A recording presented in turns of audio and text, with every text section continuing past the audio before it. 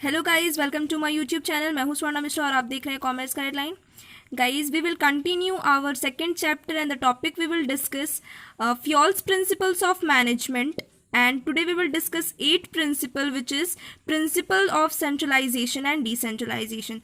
So first let us understand what is the meaning of centralization. Okay, so centralization का पहले मतलब जान लेते हैं, उसके बाद डिसेंट्रलाइजेशन का मतलब जानेंगे, उसके बाद जानेंगे कि फ्यूल्स इस प्रिंसिपल में क्या कहते हैं।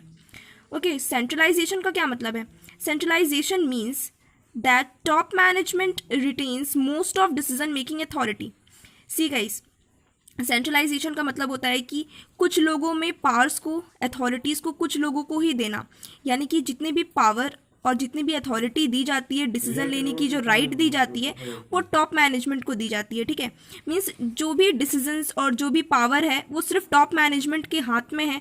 जो भी डिसीजन उन्हें ही लेना है, उनके अलावा कोई और जो है डिपार्टमेंट डिसीजन नहीं ले सकता है। सारे डिसीजंस और सारे पावर, सारे अथॉरिटीज टॉप मैनेजमेंट को दी जाती है, और उसे ही हम कहते हैं सेंट्रलाइजेशन। मीन्स पावर किसी एक के हाथ में होता है, सबके हाथ में नहीं होता।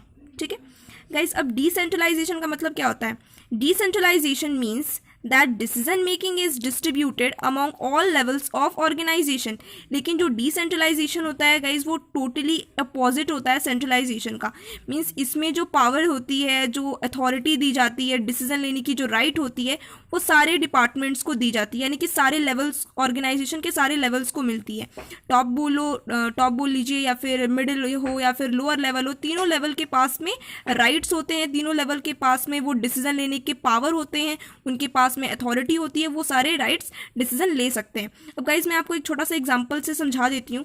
फॉर एग्जांपल गाइज सी, ये एग्जांपल से मैं आपको और अच्छे से डिटेल में बस समझा पाऊंगी। सी गाइज, ये है सेंट्रलाइजेशन का। अब सेंट्रलाइजेशन में गाइज आप देख सकते हैं, ये जो सेंटर है, ये आप समझ लीजिए ये टॉप मैनेजमेंट है। ओके, और ये जो टॉप मैनेजमेंट है, इसके पास में ही सारे पावर्स हैं, इसके पास में ही सारे पावर्स हैं, मीन्स सारे डिसीजन ये अकेला ही ले रहा है।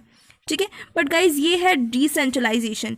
मीन्स इसके जो पावर हैं उसने ये डिपार्टमेंट वाइज डिस्ट्रीब्यूट कर दिया, यानी कि ये भी डिसीजन ले सकता है, ये भी ले सकता है, ये भी ले सकता है, ये भी ले सकता है, ये भी ले सकता है, और ये भी डिसीजन ले सकता है। मीन्स ये इन सबके पास में डिसीजन दी, इन सबके पास में राइट्स है, पावर है, अथॉरिटी, ये सब जो डिपार्टमेंट्स है, डिपार्टमेंट्स में बांट दी गई है पावर, ये सब लोग डिसीजन ले सकते हैं। ठीक है, मीन्स सबके पास में पावर दे दी गई है, सारे लेवल्स के पास में पावर दे दी गई है। ठीक है, बट गाइस सेंट्रलाइजेशन में ऐसा नहीं होता। कोई एक ही मैनेजमेंट या फिर कोई एक ही सिर्फ एक ही के पास में पावर होता है। ठीक है गाइस, आई होप आप लोगों को समझ आ गई होगी। अब गाइस देख लेते हैं फ्यूल क्या कहते हैं इस प्रिंसिपल के बारे में। According to Fayol, organization should not be fully centralized और डिसेंट्रलाइज्ड। लेकिन हमारे जो हेनरी फ्यूल है वो कहते हैं कि जो ऑर्गेनाइजेशन है वो ना ही पूरा सेंट्रलाइज होना चाहिए और ना ही पूरा डिसेंट्रलाइज होना चाहिए। मीन्स ना ही तो हमारा ऑर्गेनाइजेशन ऐसा होना चाहिए जिसमें पावर सिर्फ टॉप मैनेजमेंट के हाथ में हो, मीन्स सारे पावर सिर्फ टॉप मैनेजमेंट ही ले सकता हो, और ना ही हमारा ऑर्गेनाइजेशन ऐसा होना चाहिए जिसमें सारे लोगों के पास में पावर दे दी जाए, मीन्स सबके पास में पावर हो। तो हमारा ऑर्गेनाइजेशन ऐसा भी नहीं होना चाहिए। ठीक है, there should be a proper balance between centralization and decentralization. हमारा ऑर्गेनाइजेशन ऐसा होना चाहिए जिसमें सेंट्रलाइजेशन और डिसेंट्रलाइजेशन के बीच में प्रॉपर बैलेंस हो।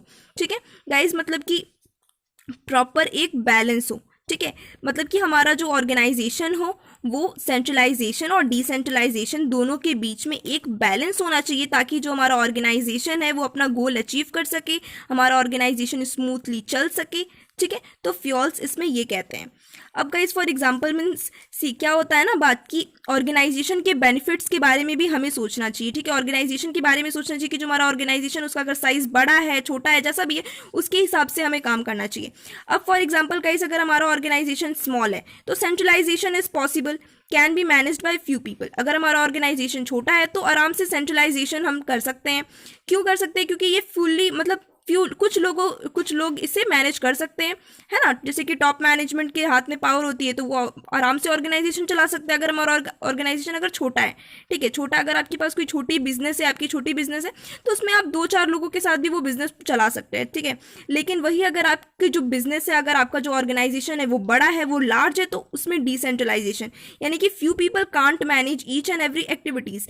अगर आपका ऑर्गेनाइजेशन, आपकी जो बिजनेस है, आपकी जो कंपनी है वो बड़ी है, तो उसके लिए आपको डिसेंट्रलाइजेशन की जरूरत होगी, यानी कि एक लोग इसे मैनेज तो नहीं कर सकते, इसके लिए बहुत सारे लोग की ज़रूरत होती है ना। जैसे कि हम लोगों ने इसमें पढ़ा कि इसमें सारे लेवल्स में, डिपार्टमेंट्स में अथॉरिटीज़ पावर्स दे दी जाती है। उसी तरह से डिसेंट्रलाइजेशन में गाइस यहाँ पे यही होता है कि अगर हमारा ऑर्गेनाइजेशन, अगर हमारा बिजनेस बड़ा है, तो उसमें हमें बहुत सारे लोगों की ज़रूरत पड़ेगी, बहुत सारे डिपार्टमेंट्स हमें बनाने पड़ेंगे और उसमें हमें पावर्स सबको देनी पड़ेगी, है ना। थोड़े थोड़े पावर हमें सबको देनी पड़ेगी।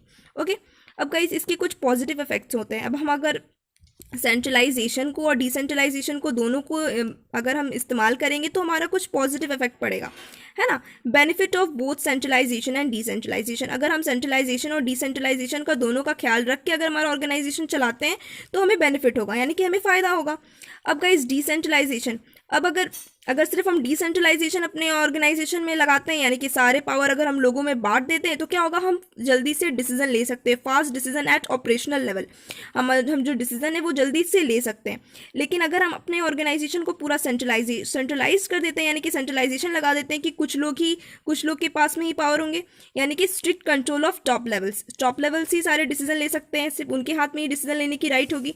अब गाइस मैं आपको बताती हूँ कि अगर आप क्या कहते हैं, इस प्रिंसिपल को अगर अच्छे से आप इस्तेमाल नहीं करते हैं, है ना, principle of centralization and decentralization का अगर आप सही से इस्तेमाल नहीं करते हैं, तो आपकी ऑर्गेनाइजेशन में कुछ नेगेटिव इफेक्ट्स भी पड़ सकते हैं। और वो नेगेटिव इफेक्ट्स क्या है? कंप्लीट सेंट्रलाइजेशन, ठीक है गाइज। अगर आप अपने ऑर्गेनाइजेशन को कंप्लीट सेंट्रलाइजेशन कर देते हैं, यानी कि जो आपका ऑर्गेनाइजेशन है उसमें सिर्फ टॉप मैनेजमेंट के पास में ही पावर दी है, यानी कि सिर्फ टॉप मैनेजमेंट ही, उनके पास में ही राइट्स है, पावर्स हैं डिसीजन लेने के, तो क्या होगा, डिले इन एक्शन लेने में डिले होगा, यानी कि कोई भी काम करने में थोड़ी देरी हो सकती है। लेकिन अगर आप अपना ऑर्गेनाइजेशन को पूरा डिसेंट्रलाइजेशन कर देते हैं, यानी कि सबके हाथ में पावर दे देते हैं, सब डिपार्टमेंट्स के हाथ में पावर है डिसीजन लेने का, तो इसका एक घाटा क्या होगा, मिसयूज ऑफ अथॉरिटी। आपकी जो अथॉरिटी है वो मिसयूज होगी, यानी कि सब लोग तो भाई ऐसे होते हैं ना कि चौड़ में आ जाएंगे, भाई हमारे पास तो पावर है, सब डिपार्टमेंट बहुत ज़्यादा अपने आप में राजा समझने लगेंगे कि भाई हमारे पास तो पावर है, हम तो कुछ भी कर सकते हैं। तो अगर ऑर्गेनाइजेशन पूरा डिसेंट्रलाइजेशन हो जाता है तो भी ऑर्गेनाइजेशन में प्रॉब्लम आ सकती है, ठीक है। तो गाइज ये आपका प्रिंसिपल है, principle of centralization and decentralization. Guys अगर आपने मेरे चैनल को सब्सक्राइब नहीं किया है तो जल्दी जाकर सब्सक्राइब कर लीजिए और बेल आइकन को भी प्रेस कर दीजिए ताकि मेरे आने वाले सारी वीडियोस की नोटिफिकेशन आपको मिल सके। तब तक के लिए stay fit and stay healthy.